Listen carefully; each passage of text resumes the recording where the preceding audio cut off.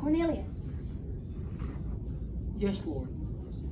your prayers and gifts to the poor have been answered. Now send men to Joppa. get the man called Simon, who is named Peter. Yes, Lord. You, go find Peter.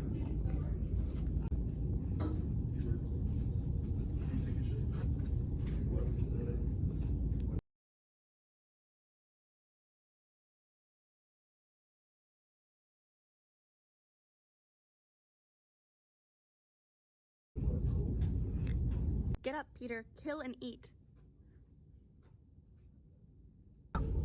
No, Lord, I do not eat anything impure. Don't call anything that I have made impure. Yes, Lord. Now, the Israelites couldn't just eat any food back in the Old Testament. They had to receive instructions from God to eat the pure food and not to eat any impure food. Now, the fact that God just tells Peter to eat all willy-nilly is pretty impressive.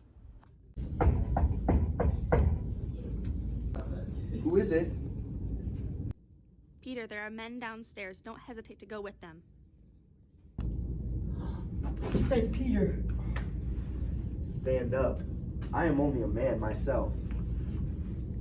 Come, let's go. Well, you are aware that it is against the law for a Jew to associate or visit with a Gentile. But God has shown me that I should not call anyone impure or unclean. 3 days ago, I was in my house praying at this hour. At 3 in the afternoon, suddenly a man with shining clothes stood before me and said, Cornelius, God has heard your prayer and remembered your gifts to the poor. Send to Joppa for Simon, who is called Peter.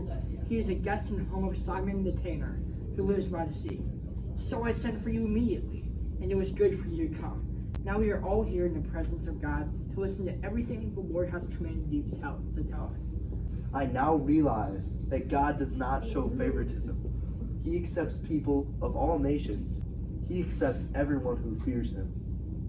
Now this is pretty important because back in the Old Testament, Jews were not allowed to associate with other peoples of other nations because of their separate practices. We are witnesses of everything he did in the country of the Jews and in Jerusalem.